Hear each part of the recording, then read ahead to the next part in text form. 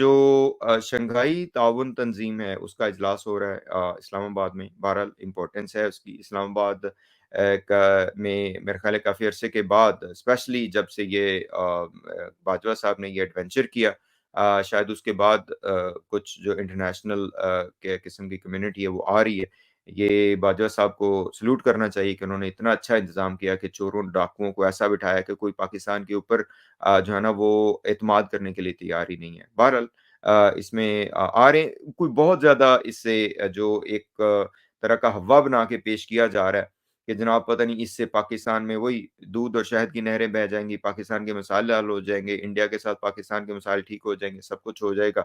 ऐसा कुछ भी नहीं होने वाला। ये एक नॉर्मल रूटीन का इजलास है जो कि पाकिस्तान चूँकि अब उसका सरबराह है और इसमें कोई मुल्क अच्छे मुल्क हैं, अगर ये ताकतवर हो जाएँ तो ये वाक़ईन वो जिसे हम कहते हैं ग्लोबल साउथ का ये किरदार अदा कर सकते हैं। इसमें रशिया है, इसमें चाइना है, इसमें इंडिया है, इसमें बाकी बड़े-बड़े मुल्क हैं। लेकिन बात वहीं की आ जाती है कि वो इंटरनेशनल लेवल पे जो एक तरह की मोनोपोली है वो भी हो रही है। लेकिन पाकिस्तानियों को इससे कोई ज़्यादा उम्मीद नहीं होनी चाहिए। पाकिस्तान के लिए तो सिवाय लॉस के कुछ नहीं होगा, मैं आपको अभी बता देता हूँ और वो लॉस ये होगा कि ये अरबों रुपए पाकिस्तानी गरीब अवाम का ये जो इशराफिया है, इनके चौंसलों पे खर्च हो जाएगा।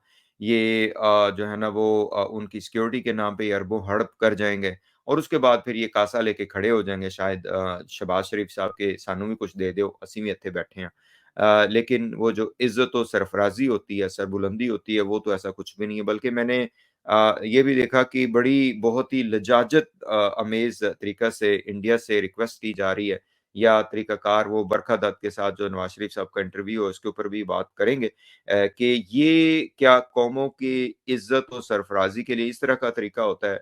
नवाज़ शरीफ साहब तो वैसे ही चला हुआ कारतूस हैं और इसमें ये इनकी राल टपक रही है कि किसी तरीके से जो इंडिया के जो फ़ॉरेन मिनिस्टर हैं जयशंकर साहब वो इनकी बात सुन लें। वो वैसे ही बहुत जहाँदीदा बंदा है जो जयशंकर है।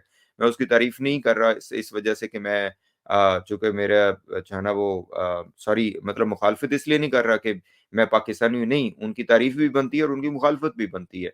वो बहुत गाहक किस्म का बंदा है and he know what to talk and what not to talk. उसने सीधा कह दिया कि भई पाकिस्तान के साथ हम क्यों बात करें, हम तो अपने इस तंज़ीम के इजलास के लिए मैं आ रहा हूँ। अब मेरा ख़्याल है कि इसमें इज़्ज़त और सरफ़राज़ी पाकिस्तान के लिए ये है कि उनको जो एक रूटीन का प्रोटोकॉल होता है वही करें, उसके उससे ज़्यादा लिफ्ट भी नहीं करवाएँ। जो इंडियन जो फ़ॉरेन मिनिस्टर है, किसी भी तरह की कोई मुलाकात नहीं होनी चाहिए उनके साथ। किसी भी तरह का उनसे अगर उनकी तरफ से कोई किसी तरह का नहीं आता तो इनको एक कदम भी आगे नहीं बढ़ाना चाहिए। ये वही तरीका इख्तियार करना चाहिए जो इन्होंने बिलावल भुट्टो के साथ किया था जब वहाँ पे गए थे इंडिया में, तो इन्होंने मेरे ख़्याल है सलाम लेने से इनकार कर दिया था।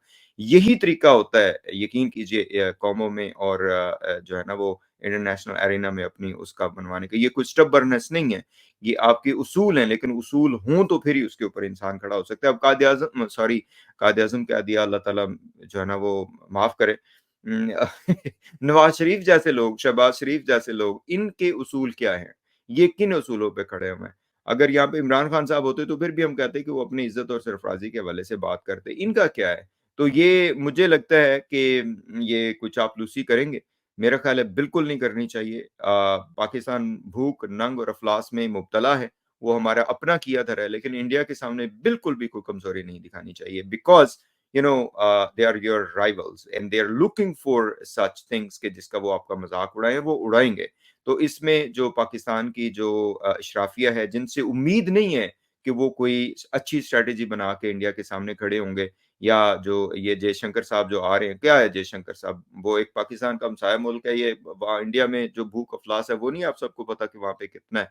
ठीक है, वो उनकी इकोनॉमी अच्छी जा रही है, उनकी स्ट्रैटेजी अच्छी है, हमारी स्ट्रैटेजी खराब है, लेकिन इंशाल्लाह we are resilient people, we are hard working people. तो ये मेरा ख़्याल है कि यहाँ पे तरीकाकार होना चाहिए। I don't know what would happen, will continue to update you guys. आप सबको बहुत शुक्रिया, टाइम की थोड़ी-सी किल्लत की वजह से बस अभी शॉर्ट करते हैं। तुसी भी खुश रहा करो ते पाकिस्तान वास्ते दुआ करया करो। पाकिस्तान ज़िंदाबाद। अस्सलाम वालेकुम व रहमतुल्लाहि व बरकातहू।